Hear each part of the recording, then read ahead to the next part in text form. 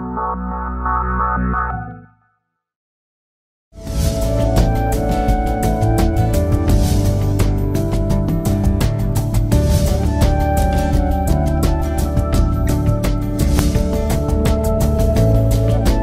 there, it's a brand new day and it's a brand new episode of the Omaliving show. I know you've been anticipating this new episode, and that is why we have a very catchy topic that will make you glued to your seat until this episode is over.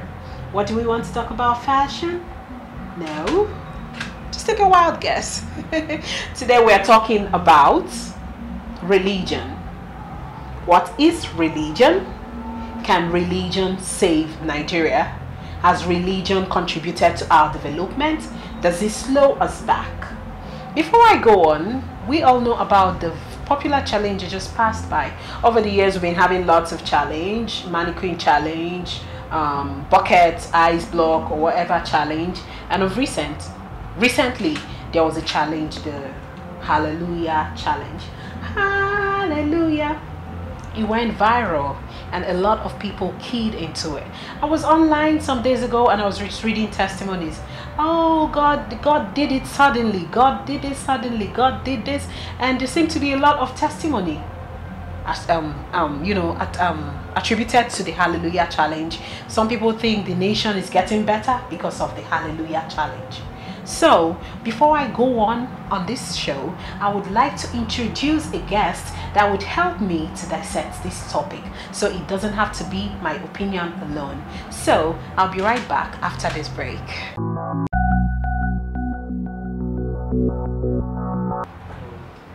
Welcome back.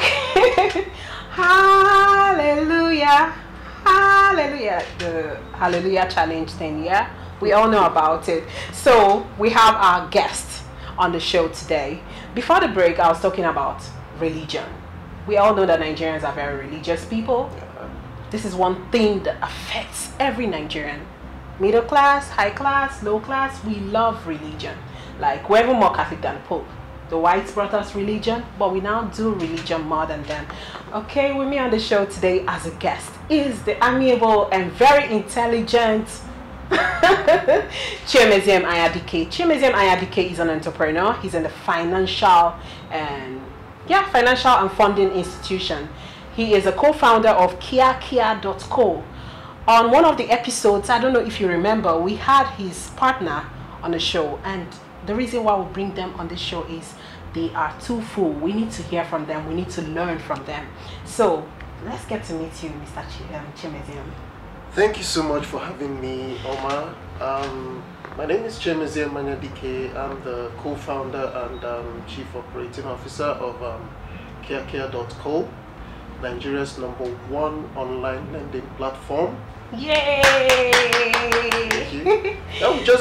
We don't just do lending. We are in the fintech space, and we do quite a lot of things, which I might not be at liberty to disclose right now, but just get it from me. We are Nigeria's #1 fintech company, and I'm very happy to be here with you, Oma. It's a pleasure. Thank you so much. I am more than delighted. Now to the topic. Okay. Religion, Nigerians, and how religious we are. How religion has affected Nigeria. Growth, development. Is religion in any way linked to tribalism, ethnicity, and all of that? So I'm going to be taking it more like a question, so it gives you a guide of how to talk to us about this topic. Okay. But before I go on, you remember the Hallelujah challenge thing? Oh yeah. It was quite popular. It was very viral, and I did not partake in it, but it was quite popular. I think it was propounded or done by Nathaniel Bassey. Yeah, a gospel artist. Yes, someone I admire a whole lot, and I have quite a lot of his songs on my devices. Oh wow. But I didn't partake in the Hallelujah challenge. Okay. Because personally, I'm not someone given to fads. I am not the kind of person that jumps into anything just because it's popular. Yes. Yeah. So that's the thing. Okay, now talking about the convener of the Hallelujah challenge thing that went viral. Some people seem to think that it was a business strategy, considering the fact that one, okay, there are pointers to it from the people who claim that they know it's a business strategy. One, his Instagram handle says at Nathaniel Blow. And you know what blow means in Nigeria? When you're an artist, when you're a showbiz person, I want to blow, it means you want to get very popular. And then some people became more sensitive to it when they learned that towards the ending of the challenge thing, he was launching his single. So what do you think about that? Well, I think the major challenge or the major problem with Nigeria and Nigerians generally is we lack this capacity to properly investigate things before we just jump into them. Yes, because from the beginning, he actually mentioned the fact that he was about launching a single. Yes. Okay. From the beginning. Did mention it? Yes, he did. He did. From the very first moment he tweeted the Hallelujah Challenge, he talked about it. You know, and when I saw that, I was like, wow, okay. So, but I did not know that he intended to have a 1-hour praise session every day from that moment till the 28th of June. Yeah. You know, so like what you just said, that a lot of people said it was a marketing gimmick or all that. Yes, you know, that's part of what I said, that Nigerians have this, you know, problem of just jumping into things without properly investigating, and at the end of the day, when they get fixated upon it, you know, on a particular choice, it's so difficult to pull them out. Yeah. You know, so it was quite clear from the beginning that it was something. It was a song he was about to release. You know, and trust Nigerians, we jumped into it, used it as a virtual crusade, and the rest is history. Now, did you hear about the Catholic faith and their new challenge? The Rosary Challenge. Yes, challenge. I've heard about it. So, do you think there is any kind of competition between denominations? Well, it's not. I don't think it should be a matter of what I think. I think it's quite obvious that from the very idea of denominationalism, there is competitiveness. Next question. How has religion affected Nigeria and our development as a country? I usually have this argument, you know, with people because I am someone that I don't, like I said earlier, I don't jump into things. I always like to thoroughly examine things before deciding on something. You know, I think the concept of religion has been thoroughly misunderstood. You know, and I'm a very religious person, but not in the context of the Nigerian understanding of religion. I'm a very religious person because I believe in doing unto others what I would like them to do to me. That's a religion. I am a religious person because I believe in helping the poor. That's a religion. Yeah? I'm a religious person because I believe in doing good to people. That's what is called a religion. But because we have not been able to define the difference between superstition and religion, we have used religion to replace superstition. Superstition deals with a devotion to a supernatural being, to a deity. You understand? That's why it is called superstition, and interest in a supernatural being. But it is not a religion. A religion refers to what you do. Yeah, your way of life. You understand? So I think that that's the fundamental error. We've not been able to differentiate between superstition and religion until we are able to achieve that. We'll still keep fighting over one this, another. So that's the thing. Okay, nice insight. I must say I'm learning from you, and I'm sure the audience is learning from you as well. Thank you. Next question: is religion in any way linked to ethnicity? Okay, if I go by the previous explanation I gave, it is. Every ethnic group, they have their unique superstitious inclinations. Yeah, true. The Igbos, and inside the Igbos, they all have theirs. Yeah. Amongst the Hausas, within the Hausa tribes, they have their superstitions. it would surprise you to know that the Hausa word for God is not actually the Arabic word Allah. It is Ubangiji. Yeah. So when you get to the Yoruba cosmology, you would also find out that yes, Orisha, Eshu, you know. So it's a thing. It's a concept that is tied entirely. It's intertwined with ethnicity. And in Igbo, I think they have the Amadioha. There's the Amadioha. We have the Amadioha. From my own place, we have I can't remember, Ahiajoku. That's the god in charge of yam production, and the rest of them. We have Allah. Ahiajoku, yeah, I've heard that one. You know, so we have Allah. That is the earth. The earth. You know, we have Chuku. We have we also have presidents. Exactly. All right. So that's the. What are the benefits of religion in the Nigerian concept? Context and conception. So, having understood that we've misunderstood religion, the whole context, yes, yeah. I don't think the only advantage I know that religion has in that context of superstition is that there is this respect for something.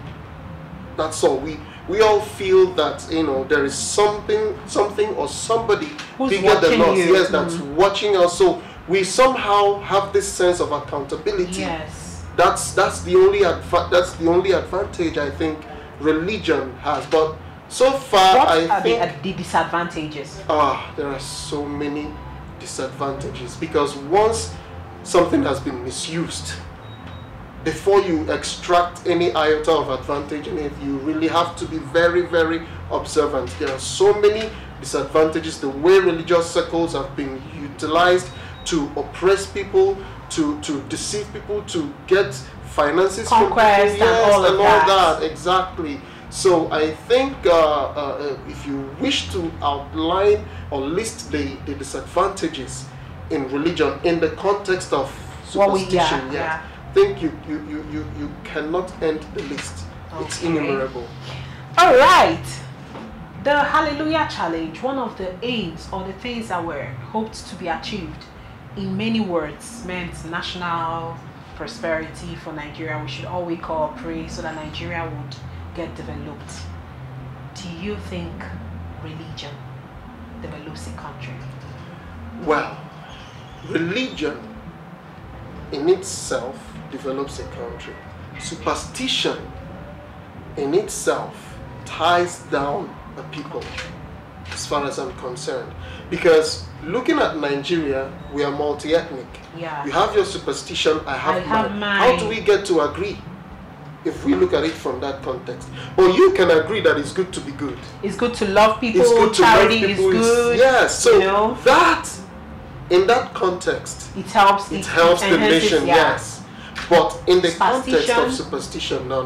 Wow. We will never agree. What an insight. We would never agree. What an insight. Thank you it was such an honor having you as a guest on this episode. And I'm very sure we'll invite you over soon again. Okay, as one of our traditions, we have 2 key questions we always ask once we want to conclude. And number 1 is 5 things that inspire you. Oh, that's a hard one. I love beautiful things. I love art. I'm a very visual person. I love music. I love reading, you know, and I love interacting with people. I love meaningful engagement. Yeah, you know, something that will sprout your thinking. Exactly. And I think that should be it. Was it up to 5? That's 5. All right. So the next question, and we'll call it a day, is tell us who your role model is, because you've been speaking and I've picked quite a lot of things about you. You're very eloquent, you're very articulate, you are filled like to the brim with everything that needs to. So who is your role model? I have lots of role models. Who tops the list? Okay. Someone that has affected my thinking in a very profound way for quite some time now is a man I respect so much, and he's a doctor in the University of Nigeria Teaching Hospital.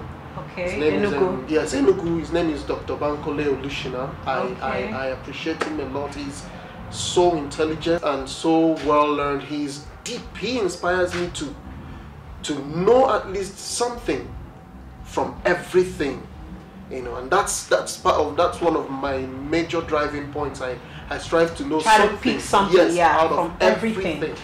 All right, it was nice having you on the Thank you show, so and I much. hope to see you again. Thank you so much, Oma. Thank you. Beautiful viewers, this season is packed with everything you need to know, everything that would help to shape you into becoming a better individual, into knowing beyond what you think you know, things that will help you unlearn and learn, things that would inspire you. I've been talking to Chiemeziem Anyadike, and he has given me food for thought. We have a wrong notion of what religion is all about. Most times I say love is my religion, but at the end of the day, we all have a being up there that we believe in. This superstitious superstition, most of us will go gaga now, like, what she's saying, no, it's not the way you understand it. Superstition, like my guest has said, is basically a belief in a supernatural being. That is what tears us apart.